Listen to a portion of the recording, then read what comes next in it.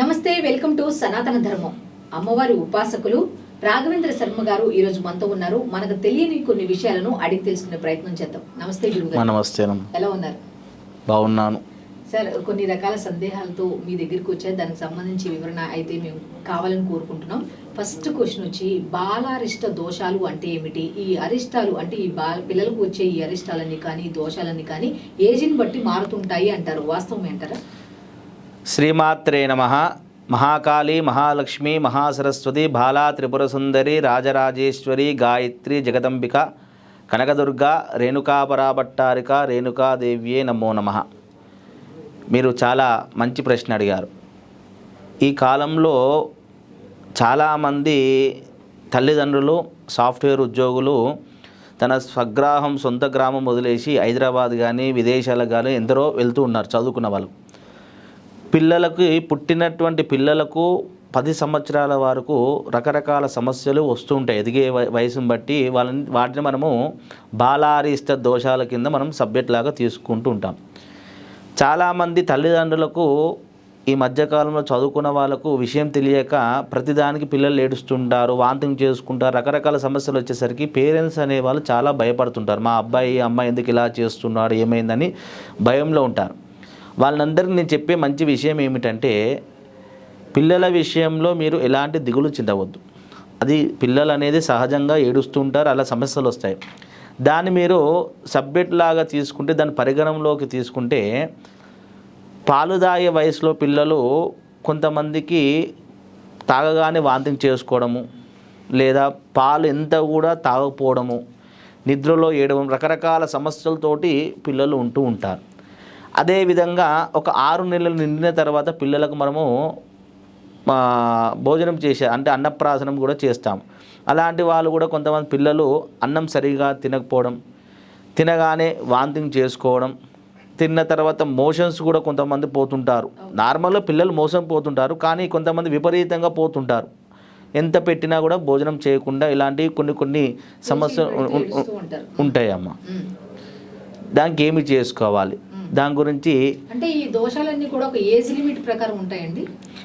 నెలకు ఒక రకంగా సమస్యలు వస్తుంటాయి. పిల్లలు పుట్టిన రోజు నుండి ప్రతి ఒక్క నెల ఒక్కొక్కటి వస్తుంటాయి. ఒక నెల ఒక రకంగా దోషాలు, ఒక నెల ఒక రకంగా దోషాలు, ఇలా సంవత్సరం కాలం వరకు ఒక రకంగా ఉంటుంది.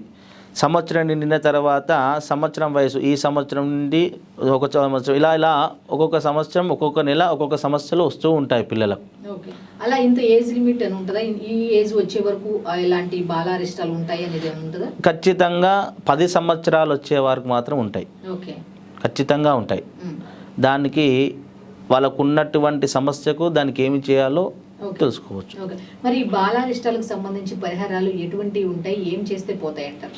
అలా ముందుగా చంటి పిల్లలు, ఎవరైతే పాలు తాగే పిల్లలు ఉంటారో 6 నెలల లోపల పాలు తాగకుండా ఏమి చేయాలంటే, ఆ బాబుకి, ఆ తల్లికి ఆ పాలతోటి ప్లస్ దొండకాయలు ఉంటాయి కదా, దొండకాయలు, పాలకూర, వాటితోటి దిష్టి అనేది తీయాలి. అదొక పరిష్కారం ఉంటుంది. మామూలుగా ఇట్లా బాలుని మించి ఆ తల్లి పట్టుకొని కూర్చుంటుంది కదా, వాళ్ళిద్దరి మీకెళ్ళి తీసి క్లాక్ వైజ్గా తీసి అది ఎక్కడన్నా బయట ఇద్దరికి తీయాల్సి వస్తుంది. ఇంకోటి, చాలామంది తల్లులు పొరపాటు ఏం చేస్తారంటే, సాధ్యమైనంత వరకు చంటి పిల్లగానికి పాలు ఒంటరిగా ఇచ్చే ప్రయత్నం చేయాలి. ఇంకో విషయం చెప్పాలంటే, బాబు పాలు తాగుతుంటే సొంత భర్త కూడా చూడొద్దు. అలంత సీక్రెట్గా పాలు ఇవ్వాలి. ఎందుకోసం అంటే, అలా పాలు నలుగుట్లు ఇచ్చినా కూడా దిష్టి వల్ల కూడా పిల్లలు పాలు తాగరమ్మ. అదొక విషయం. పరిహార మార్గము ఇప్పుడు అన్నం తినే వాళ్ళకేమో ఒక వారం దినం చూసుకొని ఆదివారం లేదా మంగళవారం నాడు వాళ్ళకు పసుపుతోటి చేసినట్టు అన్నం చేత వాళ్ళకు పిల్లలకు దిష్టి తీస్తే, ఎవరైతే అన్నం తినకుండా ఉంటారో వాళ్ళకి ఆ రకంగా చేస్తే ఆ దిష్టి అనేది కూడా పోయే అవకాశాలు ఉంటాయి.